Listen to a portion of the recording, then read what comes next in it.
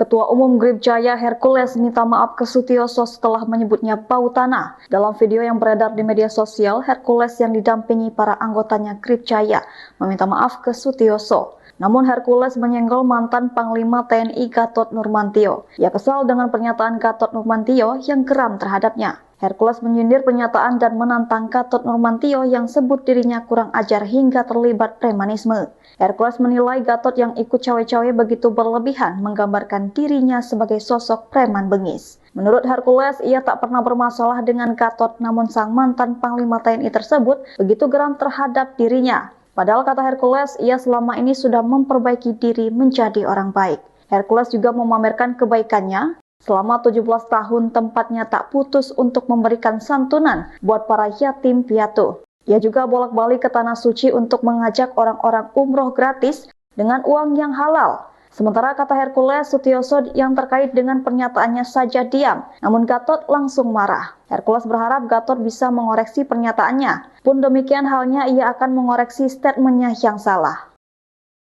Download Tribun X sekarang.